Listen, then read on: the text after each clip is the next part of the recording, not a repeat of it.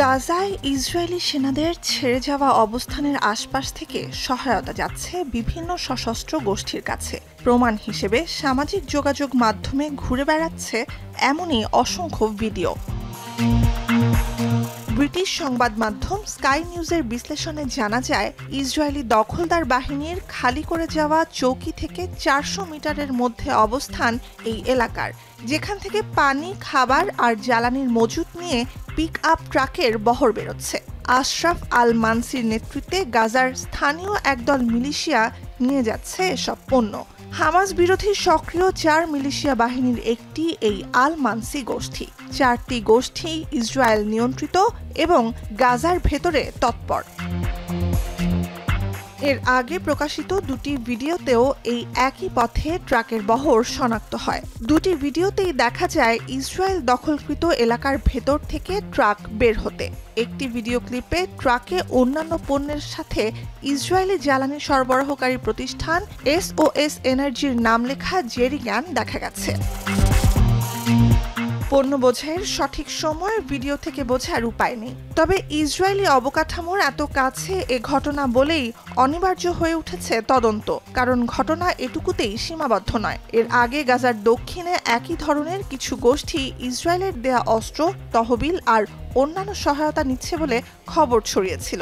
নতুন ভিডিওতে প্রমাণিত যে গাজার উত্তরেও একই ধরনের ব্যবস্থা দাঁড় করানো হচ্ছে। অস্ত্রবিরতি কার্যকরের পর গেল সপ্তাহে গাজার শাসক দল ও ফিলিস্তিনের স্বাধীনতাকামী সংগঠন হামাস এমনই একটি গোষ্ঠীর 32 সদস্যকে হত্যা করে। নিরাপত্তা অভিযানের নামে আটক করে কয়েকশো সশস্ত্র ফিলিস্তিনিকে। তারও আগে খবর ভেসে বেড়াচ্ছিল যে হামাসকে দুর্বল করতে গাজার বিভিন্ন সশস্ত্র গোষ্ঠীকে ব্যবহার করছে ইসরায়েল। লক্ষ্য ফিলিস্তিনি উপত্যকায় হামাসের নিয়ন্ত্রণ খর্ব করা। ত্রাণ লুটে জড়িত আবু শাবাব। ইসরায়েলের সহযোগী হিসেবে আগেই ইয়াসির আবু শাবাব নামের এক চক্রের নেতা ও তার সমর্থকদের চিহ্নিত করে হামাস। গেল মে মাসের শুরুর দিকে প্রকাশ্যে আসে আবু শাবাব গোষ্ঠীটি। জাতিসংঘ নেতৃত্বাধীন ত্রাণ বন্টনকারী নেটওয়ার্ককে গাজা থেকে উৎখাত করে যখন ইসরায়েল সমর্থিত গাজা হিউম্যানিটারিয়ান ফাউন্ডেশন বা GHF খাবার সরবরাহের দায়িত্ব নেয়, তখন এসব খাবার ও ত্রাণের নিরাপত্তা নিশ্চিত করার দাবি করে আবু শাবাব গোষ্ঠী। মার্চ থেকে গাজায় খাবার সহ সব ধরনের ত্রাণ সরবরাহ বন্ধ করে দিয়েছিল ইসরায়েল। বিভিন্ন সময় ত্রাণ কর্মীদের দেয়া তথ্যের বরাতে টার্কিশ সংবাদ মাধ্যম TRT জানায়, ত্রাণের সুরক্ষা নয়, বরং ত্রাণ লুট করে সাধারণ ফিলিস্তিনিদের আরও বেশি করে খাদের কিনারায় ঠেলে দিয়েছিল আল শাবাব বাহিনী। জাতিসংঘ বলছে, এ ধরনের ঘটনা এখনও ঘটে চলেছে অবরুদ্ধ উপত্যকায়। উল্টো ত্রাণবাহী ট্রাকের পথ আটকে সহিংস লুটপাট চালানো ব্যক্তিদেরই এখন সুরক্ষা দিচ্ছে ইসরায়েলি বাহিনী। বিনিময়ে ইসরায়েলের নতুন সামরিক ঘাঁটি থেকে সরবরাহকৃত পণ্যের সুরক্ষা দিচ্ছে ফিলিস্তিনি এসব সশস্ত্র গোষ্ঠী।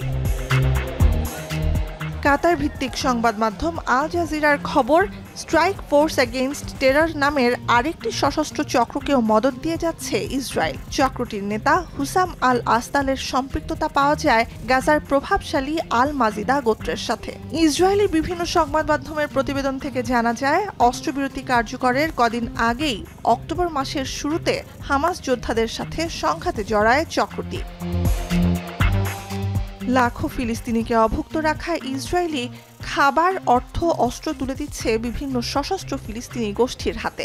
ব্রিটিশ দৈনিক গার্ডিয়ান বলছে, হামাসের বিরুদ্ধে অবস্থান নেয়া গাজার বিভিন্ন সশস্ত্র গোষ্ঠীকে সমর্থন দেওয়ার কথা স্বীকারও করে নিয়েছেন ইসরায়েলের প্রধানমন্ত্রী বেনয়ামিন নেতানিয়াহু। অস্ত্র আর ত্রাণ চুরির অভিযোগ থাকলেও কেবল হামাস বিরোধী বলেই মিলছে এই সমর্থন। নুজহাত কামাল, এখন বিশ্ব।